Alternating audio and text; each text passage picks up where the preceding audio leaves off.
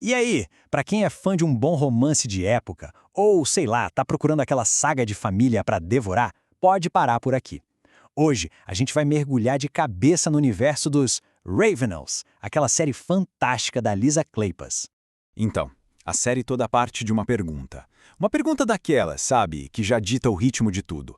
Imagina só, o que é que acontece quando um libertino, um cara acostumado com a boa vida de Londres, de repente, do nada, herda não só um título de nobreza, mas também um condado que está na lona, falido, e de quebra, 3 primas que ele nem sabia que existiam. Pois é exatamente essa faísca que dá início à saga dos Ravenels. E olha, não é só sobre um romance aqui e outro ali. O negócio é mais fundo. É sobre como uma família que está em pedaços se reconstrói, sabe? É tijolinho por tijolinho, casamento por casamento. Eles têm que lidar com dívidas, segredos guardados a 7 chaves e, claro, todas aquelas regras super rígidas da sociedade vitoriana. Então, o nosso papo hoje vai ser assim, ó. Primeiro, a gente vai ver como essa nova geração se formou. Depois, vamos dar uma olhada no destino das gêmeas, que é super interessante. Aí a gente entra nos personagens que chutaram o balde e quebraram as regras. Vamos ver também como esse legado da família cresceu. E no final a gente tenta responder aquela pergunta. Afinal, por que os Ravenels prendem tanto a nossa atenção? E é bem aqui que a coisa começa a mudar. Os 2 primeiros livros são tipo a base, o alicerce mesmo da nova dinastia Ravenel.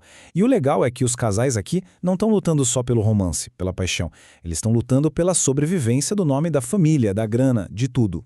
Logo de cara, no primeiro livro, a gente conhece o Devon. Ele é aquele herdeiro charmosão, meio canalha, que só quer pular fora do abacaxi que caiu no colo dele. E do outro lado tem a Kevlin, a viúva do antigo conde. A química entre os dois nossa, explode nas páginas, mas a briga de egos é maior ainda. É um começo de série que, olha, gera um certo debate. Tem gente que acha a Catelyn meio cabeça dura no começo, sabe? Mas é justamente essa força dela, essa determinação, que força o Devon a se tornar um cara melhor. Logo depois, a gente conhece a Lady Helen, que é toda tímida, e o Rhys Winterborn, que é o oposto, um magnata galês, podre de rico, mas que a aristocracia torce o nariz para ele. A dinâmica deles é aquele clássico que a gente adora. Os opostos se atraem. A força bruta dele meio que se choca com a delicadeza dela. O resultado? Uma história que não para, cheia de viradas, e um romance que te pega de jeito logo no comecinho. E tem essa citação do Rhys para Helen que, nossa, mostra exatamente a pegada desse livro. Meu último pensamento a cada noite é que você deveria estar em meus braços. Você roubou o ar que eu respiro, cariada. É essa intensidade toda que faz de Uma Noiva para o Winterborn um dos queridinhos da galera. Mostra que por trás daquela cara de empresário durão tem um coração que bate forte, né?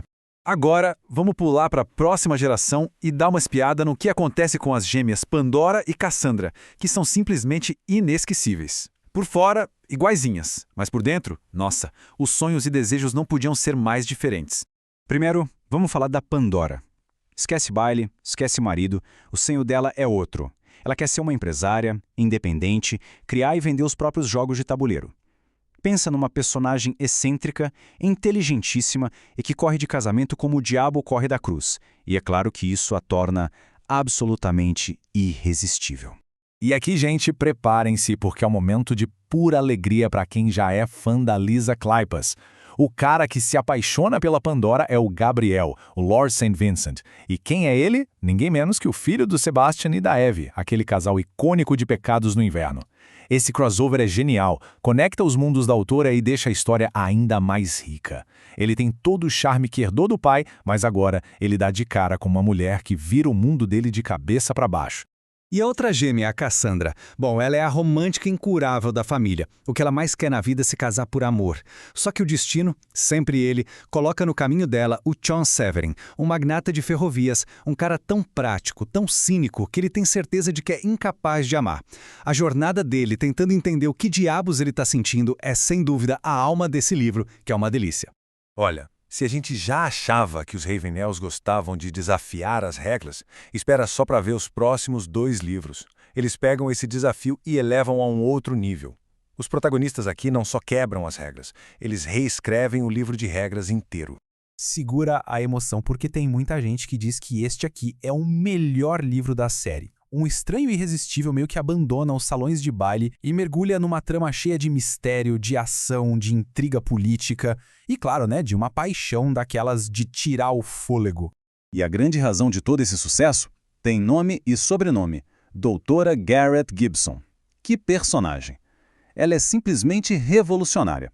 Pensa só, na era vitoriana, ser a única médica mulher em toda a Inglaterra, isso era pura rebeldia. Ela é brilhante, é independente, não está esperando homem nenhum para salvá-la. E é por isso que o encontro dela com o Ethan Ransom, um ex-detetive todo misterioso, é elétrico. Lembram do West, aquele irmão do Devon, todo irresponsável lá do primeiro livro?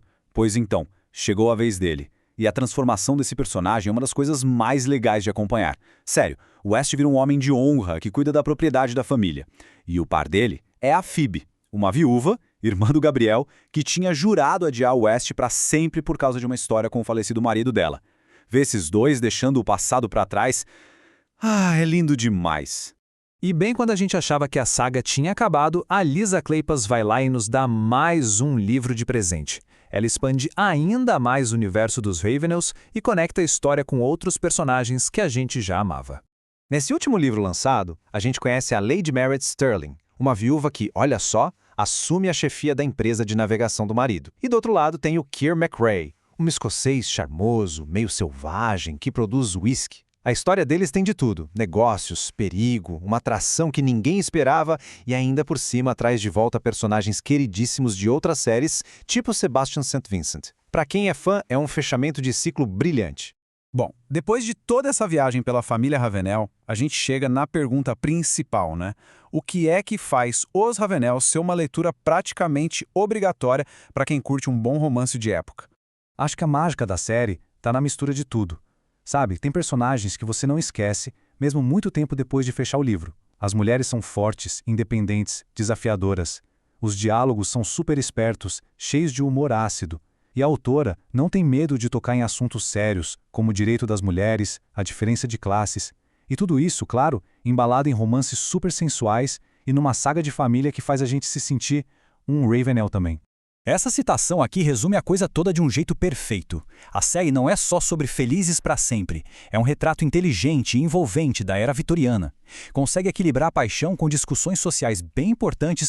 Então, no total, são 7 livros. 7 livros que formam uma jornada completa e, olha, muito, muito satisfatória. Dá para ler cada um separado? Dá. Mas a experiência de acompanhar essa família evoluindo, do comecinho até o fim, isso é inesquecível.